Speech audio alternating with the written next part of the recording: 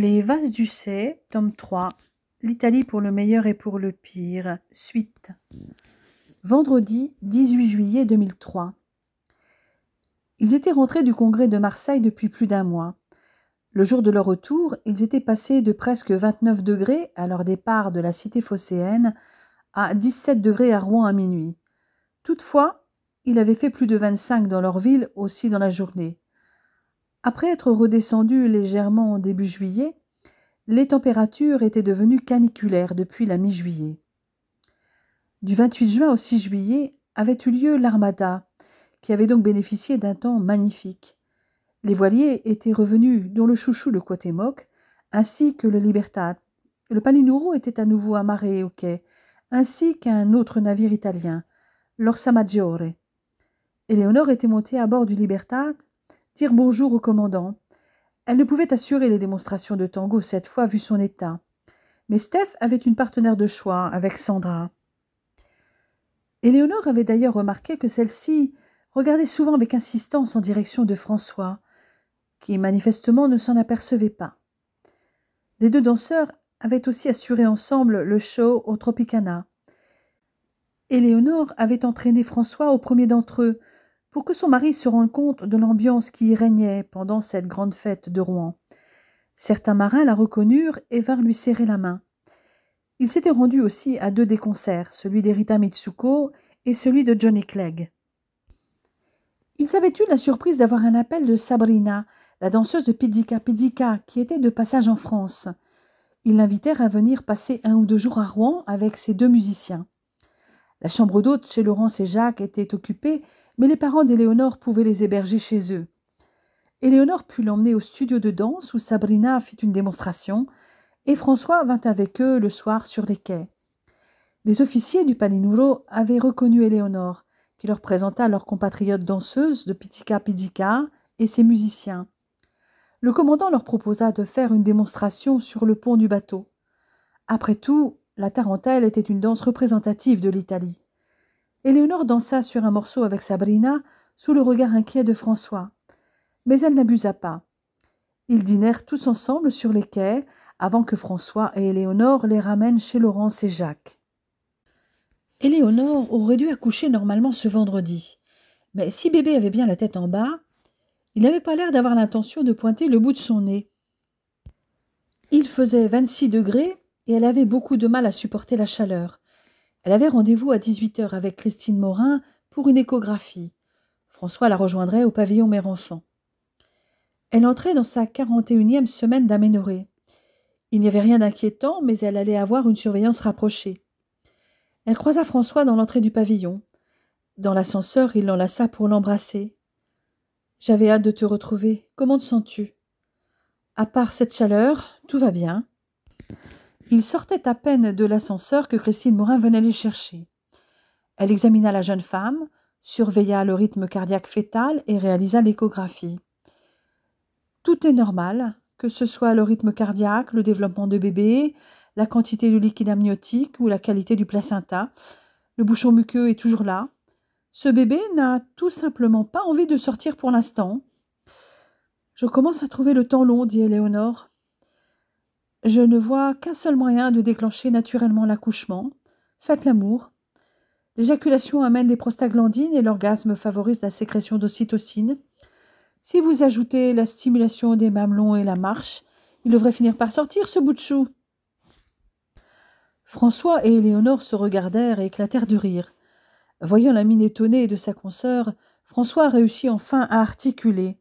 « Nous faisons déjà tout ça 2 fois par jour. Eh bien, augmentez encore la fréquence, si toutefois c'est possible avec cette chaleur. Et puis, Éléonore mange des dattes, de l'ananas, des plats épicés, tout ce qui, paraît-il, peut déclencher l'accouchement.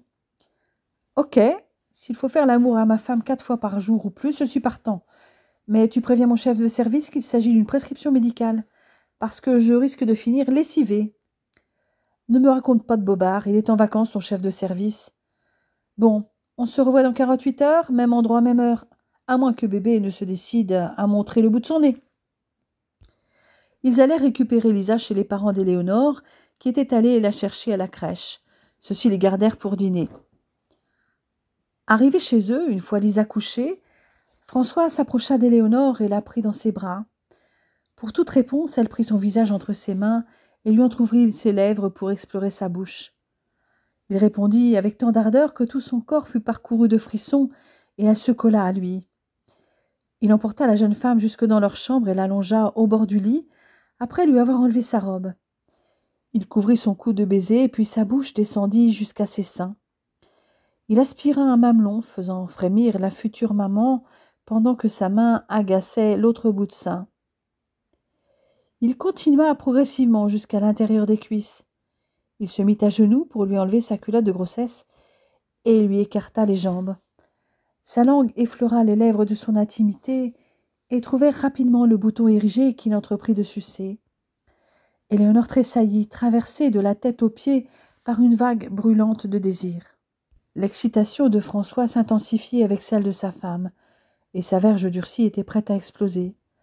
Sa langue explorait Éléonore, l'excitait, la pénétrait et la savourait. Il aimait tant lui donner du plaisir qu'il ne pouvait plus s'arrêter. La vague grandissait en elle. Son ventre la brûlait, et elle étouffa un cri quand la jouissance atteignit presque son paroxysme. Éléonore attira François en se cambrant pour l'accueillir, et l'orage qui couvait en elle éclata soudain. Il sentit la chaleur de son intimité et s'y engouffra d'un grand coup.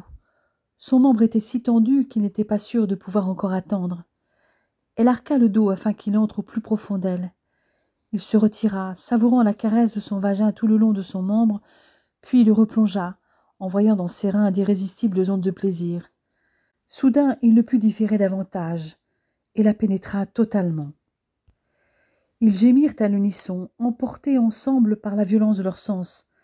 Après quelques derniers coups de rein, il se laissa tomber, et tous deux durent reprendre leur souffle, après cette explosion de plaisir. Quand il se releva pour embrasser Éléonore, sa bouche était encore pleine de l'odeur de la jeune femme, et lui rappelait ces sensations indescriptibles qu'il savait provoquer en elle. Ils se relevèrent pour prendre une douche et se recouchèrent. François louvé dans le dos d'Éléonore. À minuit, il faisait encore 19 degrés. Ils s'endormirent nus au-dessus de la couette. Vers 6 heures du matin, la chute de la température réveilla François, qui recouvrit Éléonore. Il la serra dans ses bras et l'embrassa dans le cou, caressant ses seins fermes rendus plus volumineux par la grossesse. Il la sentit frissonner. « Tu es déjà réveillé, mon amour ?» dit-elle d'une voix encore ensommeillée. « Oui, et prêt à appliquer le traitement du docteur Morin matin, midi et soir. » Elle se retourna vers lui pour glisser sa langue entre ses lèvres pour un long baiser, puis reprit sa position initiale, se collant contre lui. De nouveau, le désir urgent envahit François. Il baisa son cou, sa nuque, ses épaules, laissant sa main effleurer sa taille et remonter vers les seins. Il trouva un mamelon érigé qu'il caressa longuement. Éléonore perçut des pointes de feu déferler dans tout son corps, lui arrachant un cri d'extase. Il l'avait à peine effleurée et déjà elle était prête. François glissa sa main entre les cuisses de la future maman, trouva son clitoris et le massa avec douceur. La jeune femme gémit en atteignant une jouissance si intense qu'elle ne voulut plus attendre. En sentant une humidité soudaine, François comprit qu'elle était prête. Lorsqu'il entra en elle au plus profond, elle se tendit vers lui au rythme de ses coups de boutoir pour l'aider au mieux à plonger en elle, gémissant à chaque poussée. Quand elle atteignit l'orgasme, elle crut défaillir, comblée par son membre brûlant, criant son plaisir. François ne tarda pas à la rejoindre. Il retira son membre pour mieux l'enfoncer, faisant encore quelques va-et-vient, et la vague déferla dans une multitude de secousses qui l'anéantit. Il se rendormit encore en elle. Jeudi 24 juillet 2003. Éléonore avait encore vu Christine Morin le 23 juillet pour une nouvelle échographie qui avait montré que le bébé regardait les étoiles. Mais il pouvait encore se mettre dans le bon sens. Il était prévu de déclencher l'accouchement ce 24 juillet. Ce ne fut pas nécessaire. Vers 22h30, le jour de son dernier rendez-vous avec l'obstétricienne, en sortant de chez ses parents où le couple avait de nouveau dîné en allant chercher Lisa, Éléonore avait perdu les os sans aucune contraction. Il ne s'agissait pas d'une simple fissuration, mais d'une rupture franche, laissant une flaque sur le perron. François avait de nouveau ramené Lisa à ses beaux-parents et les avait prévenus qu'ils allaient directement à la maternité. Éléonore prenait sa valise à chaque fois qu'ils allaient quelque part depuis quelque temps. Les contractions avaient commencé dans la voiture, des contractions beaucoup plus douloureuses que pour Lisa du fait de la rupture de la poche des os. Le trajet ne prenait qu'une vingtaine de minutes à cette heure tardive. Éléonore avait réussi à s'apaiser avec la respiration Ujjayi. François était un peu tendu, d'autant qu'elle avait voulu passer à l'appartement se changer. Elle avait même pris le temps de prendre une douche rapide. Les contractions étaient espacées de 10 minutes lorsqu'elle arriva à la maternité. Après un premier examen, elle avait été installée dans une chambre. La sage-femme qui s'occupait d'elle était la même que lors de la naissance de Lisa. À 1 heure du matin, les contractions, très fortes et si douloureuses qu'elle avait du mal à se maîtriser avec la respiration, étaient espacées de 5 minutes. Selon Émilie, la sage-femme, le travail progressait. En revanche, bébé regarde toujours les étoiles, ce qui peut rendre ton accouchement plus difficile et plus long. Mais entre 2 contractions, tu peux faire des exercices qui peuvent l'inciter à changer de position. Je te conseille de te mettre à 4 pattes pour que le dos de ton bébé glisse vers l'avant et fais des cercles avec ton bassin pour l'inciter à se tourner en position occipitale antérieure. Et fais des exercices de relaxation. Ok, je vais essayer.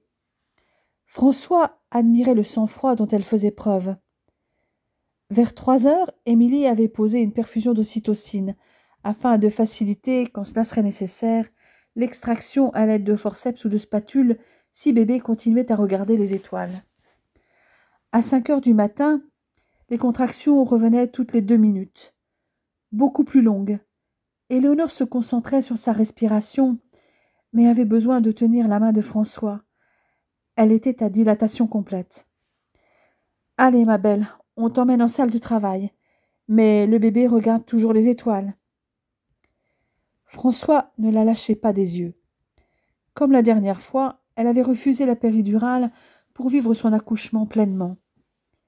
Il la caressait, la rafraîchissait, lui murmurait des mots d'amour, et sa main dans celle d'Éléonore servait à l'amour de sa vie à supporter la douleur. Il avait aussi stimulé les points d'acupression qu'elle lui avait montrés pour diminuer la douleur des contractions, notamment celui sur la main entre le pouce et l'index, et celui situé dans le bas du dos, juste au-dessus des fesses. « À la prochaine contraction, je veux que tu pousses, dit la sage-femme. « Je la sens, murmura la parturiente. « Alors pousse. » Éléonore prit une longue inspiration, poussa de toutes ses forces. « Bien, fit la sage-femme, respire. Dès que tu sens une nouvelle contraction, tu y vas. » De nouveau, la jeune femme s'arc-bouta, soutenue par François. « Élie, ton bébé ne progresse pas suffisamment. Ce bout de chou préfère regarder les étoiles et il risque de fatiguer et toi, tu vas t'épuiser. Je bip Christine Morin, c'est elle qui est de garde. » Christine arriva rapidement. « Alors, il paraît que ce petit bout continue à faire des siennes. Je vais devoir l'aider. Bien. Émilie, tout est prêt? C'est bon. Éléonore, je vais commencer par l'épisiotomie. » La jeune femme ne sentit même pas l'incision, tant elle était concentrée sur sa respiration. Et elle sentit à peine lorsque Christine introduisit les spatules. Elle sentait une contraction venir et poussa à la demande de l'obstétricienne. « Super. Ça y est.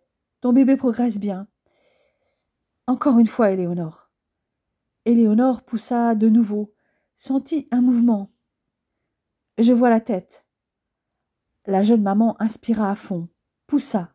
« Le voilà. » La jeune femme sentit passer la tête et le reste fut facile. Pendant que le bébé glissait hors de la mère, Christine vit qu'il avait une circulaire serrée du cordon autour du cou. « Vite, Émilie, on coupe le cordon. » Dès que le bébé eut ouvert la bouche et aspiré sa première bouffée d'air, il émit un petit cri qui s'amplifia au fur et à mesure que ses poumons prenaient le rythme. Il était 6 heures. « C'est un beau petit garçon, dit Émilie en posant l'enfant sur sa mère. Comment allez-vous l'appeler ? » Éléonore regarda alors François qui les contemplait avec tant d'amour, elle et leur fils, que les larmes se mirent à couler tant l'émotion était forte. Alexandre. Il va s'appeler Alexandre, finit par dire le papa. Et ce petit est né le jour de ma fête, dit l'obstétricienne après avoir suturé l'épisiotomie. C'est la Sainte Christine aujourd'hui. Alors, bonne fête et merci. Comme il est beau. Il te ressemble, François, s'exclama Éléonore en caressant le dos de son fils. François se pencha vers elle pour un long baiser. Il est magnifique, dit-il en caressant les cheveux de sa femme. Je t'aime. Et encore une fois, tu as été si forte. Pas un cri de douleur, mais tu m'as broyé la main. C'est toi qui me rends forte. Sans toi, je me serais laissée submerger par la douleur des contractions, qui étaient bien plus violentes que pour Lisa. Et regarde ce petit affamé, il cherche mon sein. Éléonore présenta son mamelon au bébé. François admirait son fils en train de téter. Quand la puéricultrice ramena Alexandre après les examens pédiatriques, elle le déposa dans les bras de sa mère. Les deux nouveaux parents ne se lassaient pas de le regarder. À 10 grammes près, il faisait le même poids que sa grande sœur, qui pesait 3,290 kg, alors que lui accusait 3,280 kg. Il est superbe. Moi, je trouve qu'il te ressemble. Il te ressemble aussi, François. Tu veux le prendre? Cette fois, tu n'as pas pu m'accoucher comme pour Lisa. Elle déposa le bébé dans les bras de son mari. L'enfant avait les yeux ouverts et semblait le regarder. Il le serra un peu plus contre lui. Il sentit monter en lui la même bouffée d'amour et le même instinct protecteur qu'il avait ressenti pour sa fille. Éléonore les observait tous les deux en souriant. « Alexandre, mon fils, pensa-t-il, avec ta maman, l'amour de ma vie, et ta sœur Lisa, maintenant j'ai 3 trésors. » Ce tome 3 est désormais terminé. Je vous donne rendez-vous dans le tome 4. Afin que vous y retrouviez, je vous mets en annexe un arbre généalogique représentant les familles Vasse, Mazzella et Ducé qui sont apparentées, ainsi que celui des familles Lombardi, McKenna et Winkler, et ou encore la famille Piedfort et la famille Lannet.